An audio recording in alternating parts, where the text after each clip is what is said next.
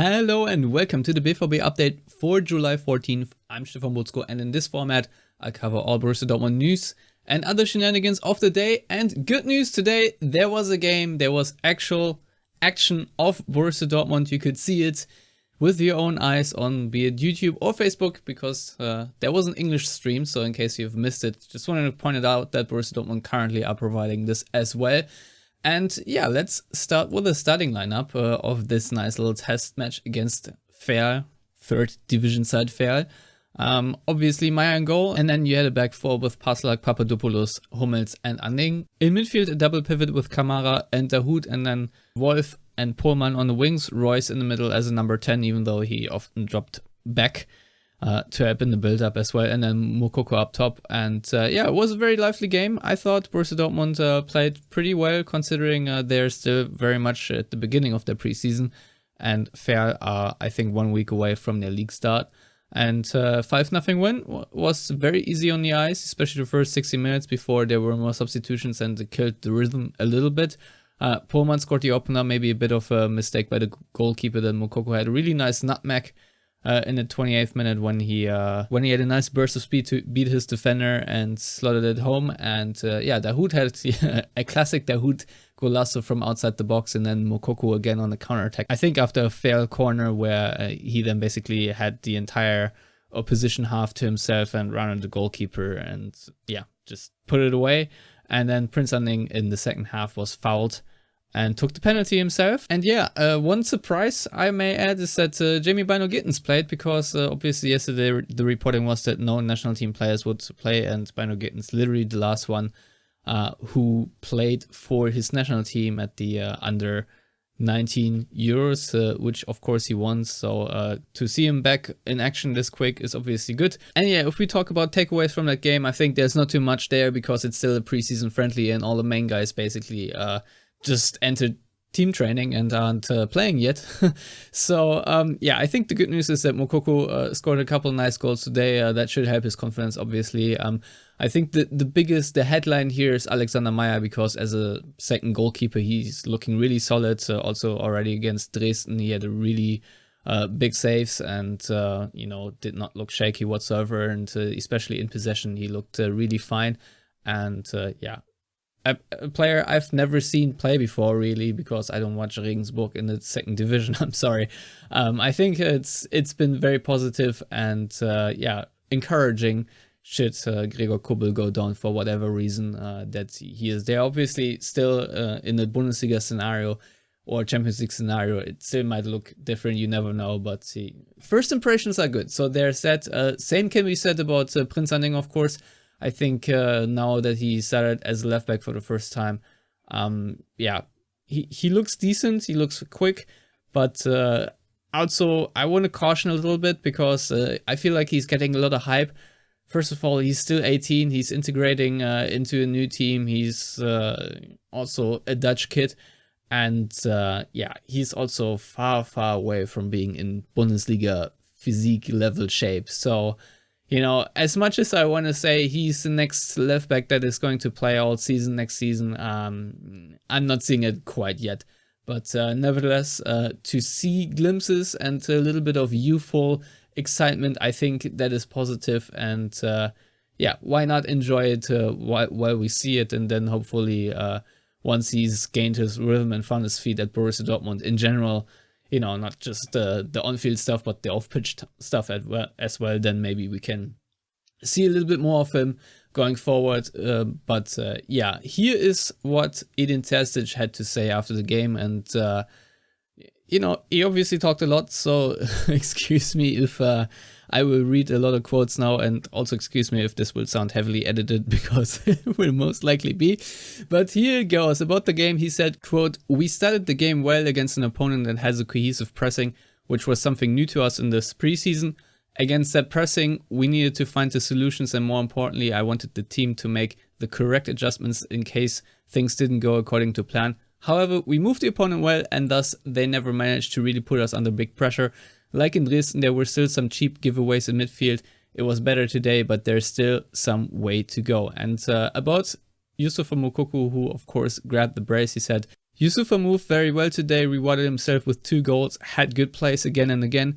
We don't just measure our strikers by how many goals they score, but how important they are to the team. And he initiated very good things today. He divided the pitch well by his spacing, so we could go into pressing, and he helped us win the ball back many a times. That was very, very good today. And about Prince Anding, he said, the fact that he's already very confident at such a young age is exactly why he caught our interest in the first place. Today, he played in his natural position as left back in the back 4 for the first time. Obviously, there are still a few issues that have to be addressed, but it's fun to watch him play because he has genius on the ball and has the courage to make plays. Now it's all about getting his physique to Bundesliga level. And yeah, he became also a little bit cryptic when he was asked about Schulz and whether he would make the trip to Bad Ragaz tomorrow. And maybe by the time you're watching this, you might already know the answer. But he said, again, I've said that I've talked to every single player about how we plan to work with each one. The guys all know about their situation. So make of that whatever you want. I'm moving on to what Mats Hummels said after the game, and he said about the game, quote, the first half was very good. Our pressing and counter-pressing was on point. We also had great solutions in possession, and kudos to Alex Meyer, whose build-up from the back is already on a very high level, despite being here only a few weeks. It was a good test for about 65 minutes. The many substitutions in the second half killed our rhythm a bit, but that's normal. And then about his own fitness levels, Hummels said, for this point of the preseason, I'm in great shape. I felt my legs after 75 minutes, but after running 10 kilometers and considering that we're not really training to be at peak fitness for these test matches, this is fantastic.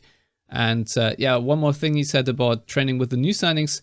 Since Monday, quote, it's been very good. We signed top players. The level and training is already extremely high.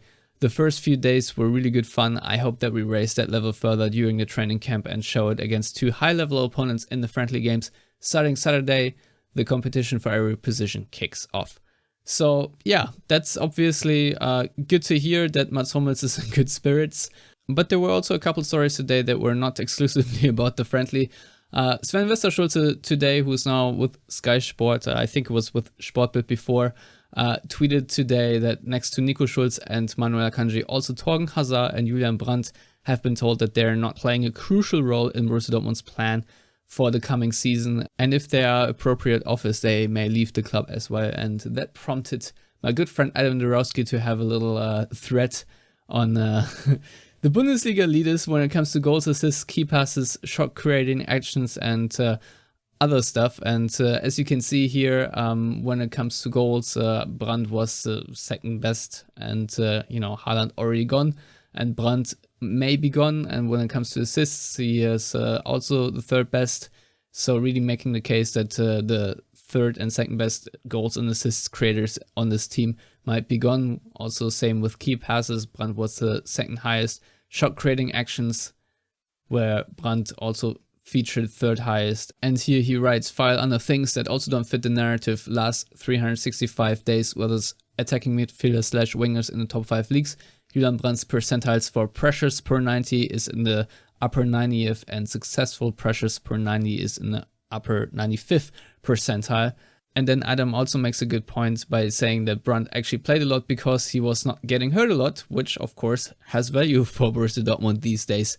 I think these are all very excellent points that Adam is making, and I personally would hate to give up Brandt because of the way he ended the last season, and I feel like he has found a bit more of a groove, and maybe under Terzic he can play a little bit better. But that being said, I can also understand if the club has a sentiment that for the right offer he can leave, because I would say so far at Borussia Dortmund he has severely underperformed the wage he has been paid, and right now he's earning money for a starting role player, and if he's not that next season, as Borussia Dortmund might feel it's coming, then it's going to be problematic. Then it's going to be a financial problem for the Black and Yellows.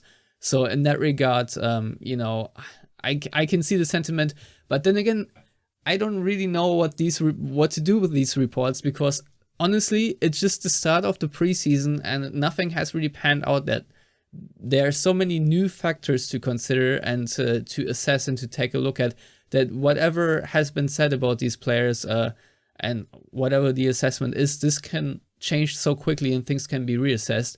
So I'm not entirely certain what to make with this. So I'm just going to move on to the next story, and that involves Emre Can. And Bild are reporting that Emre Can is also on the list of players Borussia Dortmund would rather part ways with. And this is one I would rather understand, to be honest. And here it says, according to Bild, national team player Emre Can is also being seen critically by Edin Terzic and sporting director Sebastian Kehl. The club would immediately agree to a transfer request if the conditions were right.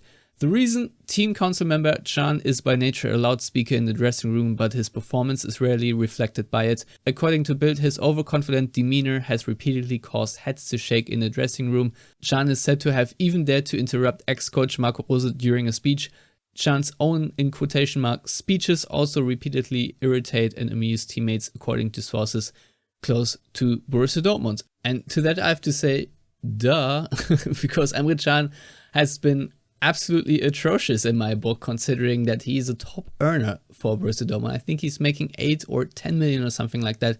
And why? I don't understand why they even signed him in the first place. They said that with his experience he was going to help out Dortmund big time, but he's actually been a critical source for errors, I must say, in various high profile games, be it in the Champions League or in the Bundesliga.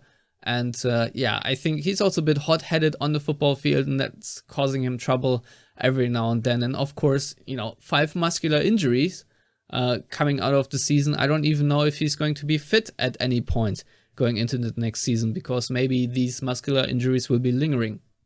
So what I'm trying to say here is that similar situation with Hazard and Brandt, Emre Can has been overpaid, and Dortmund are really reeling from their own mistakes right now that they've made in the past, just because they've made a lot of players really big earners for no apparent reason. Because Emre Can, even though he played at Juventus and Liverpool and whatnot, or also for Bayern Munich in the past, I've never really regarded him as an absolute top player, and I don't understand why he would be earning that money. Because when he joined from Juventus tried to get rid of him, and he was very desperate for playing time. So I'm not entirely sure why that kind of contract was even offered to him. And yeah, now Dortmund are basically ruining their mistakes and trying to get rid of players. But yeah, good luck with that. Because, just look at the situation with Manuel Akanji as well. He's also on high wages, and so Italian clubs are maybe not happy to pay that. And so, yeah, Dortmund now have to wait and hope that any club is going to make an offer. And yeah, my prediction is that Emre Can and Julian Brandt will also play this season, just because there's no market for players like that, because no other club than Dortmund will pay them the wages they're on right now. So yeah, I think that's how Dortmund sometimes shoot themselves in the foot, and is now hindering to rebuild their squad even more. So yeah, obviously these reports are a logical consequence to that. And another question I have about the story: who is leaking it to Bild? Because obviously there were details about what was going on in the locker room, and yeah, it's never good if you find these kinds of stories in Bild. But yeah, this is all I have for you guys today. Thank you for watching, and as always, like, comment, subscribe, and I'll catch you next time. Goodbye.